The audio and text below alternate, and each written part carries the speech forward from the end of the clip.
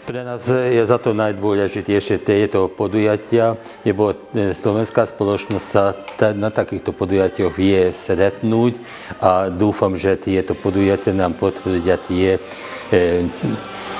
zachovať ako kultúru, zachovať jazyk a spoločnosť. Ja tak dúfam, že pre každú spoločnosť je potrebné, že by mal vojakoho zástupca parlamentne, tak ako máme zástupcov aj v samosprávach a títo žijú s nami spoločne a vedia nám odniesť tieto naše problémy, otázky do parlamentu a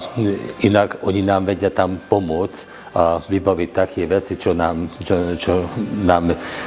chýbu, čo nám pomôžu zachovať našu identitu. Ja dúfam, že tieto kultúrne programy, čo teraz sa tu v Slovenskom Komlóši, tieto pekne reprezentujú tú kultúru Slovákov Békevskej župy, kde žijeme a na ktorú kultúrnu pamiatku sme aj hrdí a aj s radosťou ju zachovávame.